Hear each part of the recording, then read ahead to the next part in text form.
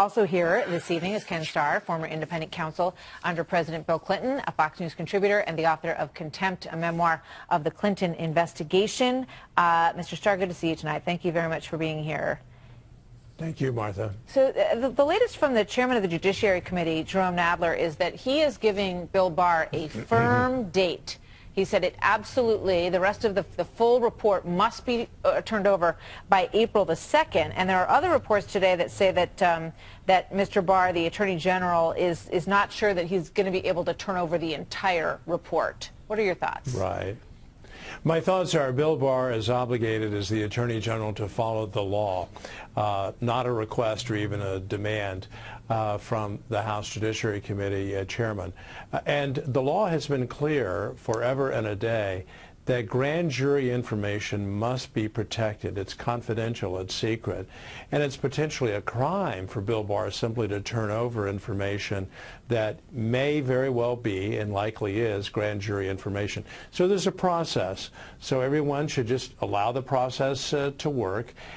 Bill Barr has reassured everyone that he wants as much transparency as possible, consistent with the law. And I think that's what's going to happen. You ran an independent investigation. What do you think about the fact that in terms of obstruction of justice, Robert Mueller said he was not able to come to a conclusion, and he left that up to Bill Barr and Rod Rosenstein, who I understand also played a very big role in that decision. Was that a mistake on Mueller's part?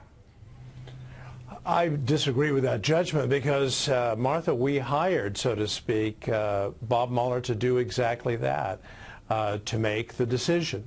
And he had that responsibility, and he decided not to live up to that responsibility. There are competing theories as to the why, but the bottom line is he kicked it upstairs, so to speak, to main justice, to the Attorney General, the Deputy Attorney General.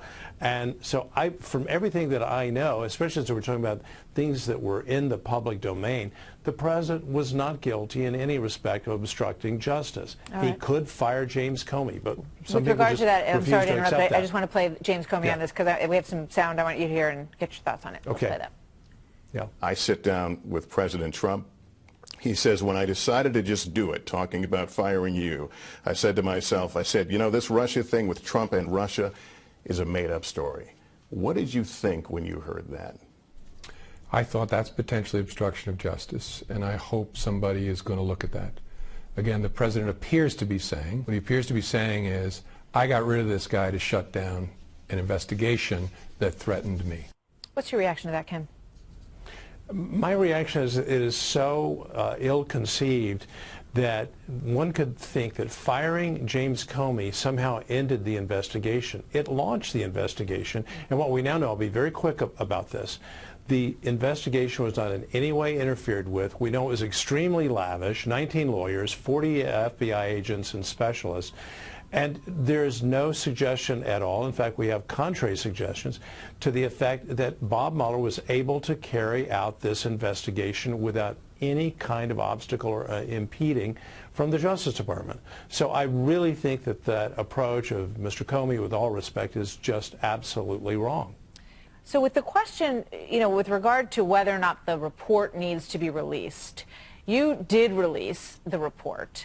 And a professor at, I believe it's USC, Oren Kerr, came out with this tweet. He said, imagine if the Starr report had been provided only to President Clinton's Attorney General, Janet Reno, who then read it privately and published a 4-page letter based on her private reading stating her conclusion that President Clinton committed no crimes. And Monica Lewinsky had a reaction to that we have to kind of cover up part of, but you can get the idea. It says, if blank only. What's your reaction to that? Apples and oranges. As you know, Martha, I was appointed under a statute that required us to report to Congress. Under the regulations to which Bob Mueller was appointed, he is to provide and has provided a confidential report to Bill Barr. Now, everyone should just stay tuned because Bill Barr is going to make the report as transparently available as he possibly can. So this is phase one that's contemplated under the regulations. And Martha, you likewise know these regulations have been in effect for 20 years. So people suddenly have awakened to the fact that the process that the regulations contemplate is exactly the process that Bill Barr is faithfully carrying out. So you maintain that you had no choice other than to turn over the complete transcript, the complete investigation? Absolutely. Yeah, the statute required me to report, our investigation to report to the House of Representatives. We did not make it public. We sent the report to Capitol Hill, and it was the House of Representatives that voted, wisely or unwisely, to make the full report available to the American people on the then brand new internet without any review whatsoever, no redactions. And I think what we have now is a much more appropriate process that, for one thing, protects grand jury information. Ken Starr, as always, thank you very much. Good to see you tonight. Good to see you, Martha. Thank you. If the Supreme Court rules that Obamacare is out, we will have a plan that's far better. We are going to be the Republicans, the party of great health care. The Democrats they've let you down. If the Republican Party wants to be, in Donald Trump's words, the party of health care, God help the middle class. This is the party of health care? This Republican Party? Come on. You can't undo all the health care for tens of millions. President Trump with another attempt to repeal and replace Obamacare, and Chuck Schumer, the Senate Minority Leader, saying, bring it on. So let's bring in our panel. Josh Kraushaar is the politics editor for National Journal. National security analyst Morgan Ortagus is with us, and Chris Stirewalt is the political editor here at Fox News. Now, I know that the White House was forced to send some sort of letter to the Court of Appeals on this, but the president had, I think what most people, Josh, say was a victory on Mueller, and now he's fighting health care again? Yeah, the timing of this couldn't come. And Trump, this is a self-inflicted wound because healthcare is the one issue that's really dogged Republicans. They couldn't get the repeal and replace bill done last year, and it was one of the big issues that Democrats ran on. That they wanted to preserve Obamacare, and it was a big issue that all kinds of Democrats ran on in their victory to win back the House.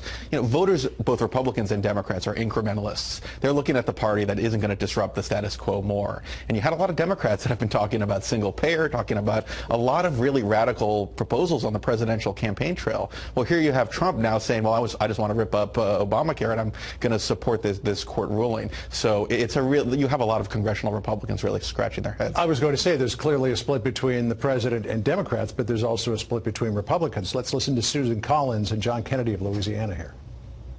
I'm very disappointed and vehemently opposed to the administration seeking to invalidate the entire Affordable Care Act. We were promised that if we passed the ACA, it would make health insurance cheaper and more accessible.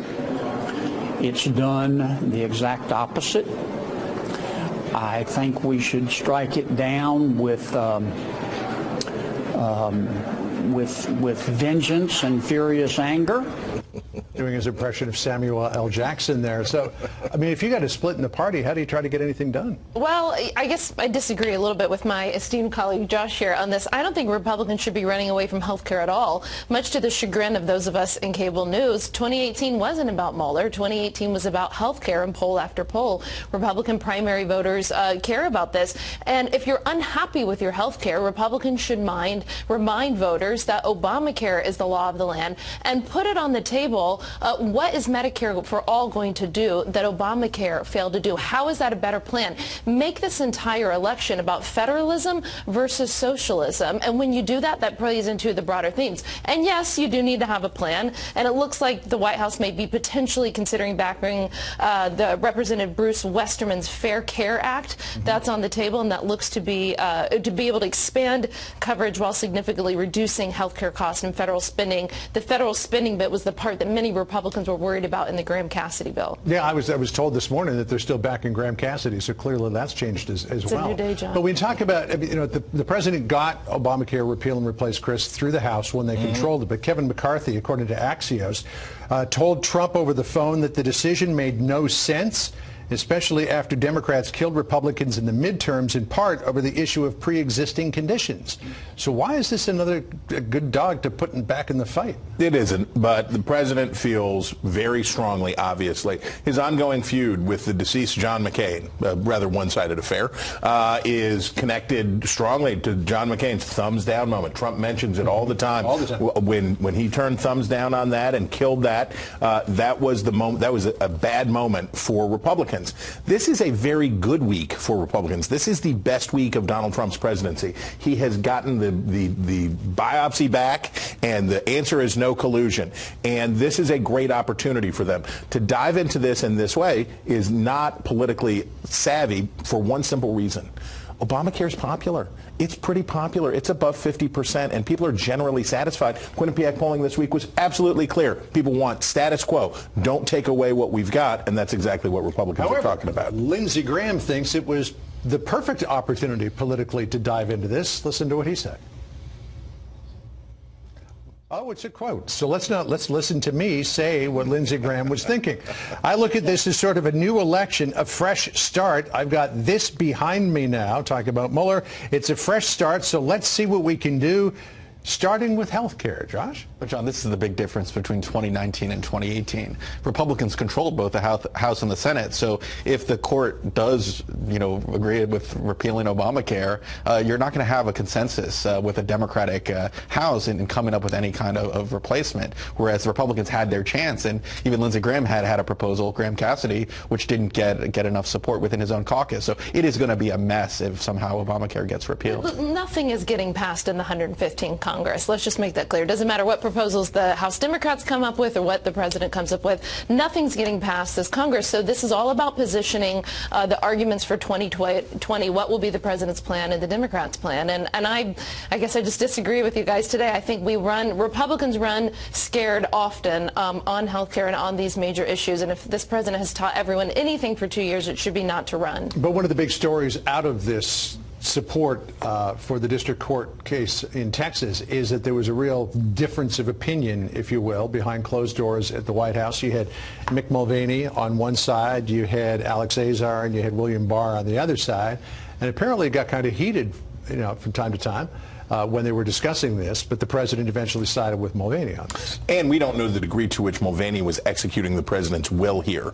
And if Mick Mulvaney, I was skeptical about Mulvaney's ability to last in there as chief of staff. The president hit him with the acting tag, like maybe he's not the real deal. Mulvaney delivered for Trump on a priority of the president's, and if he's going to be that kind of an attack dog inside the cabinet, who knows? For the record, I always thought Mulvaney was the perfect man for the job. And I think they're going to take away the acting pretty soon and make him permanent. We'll see.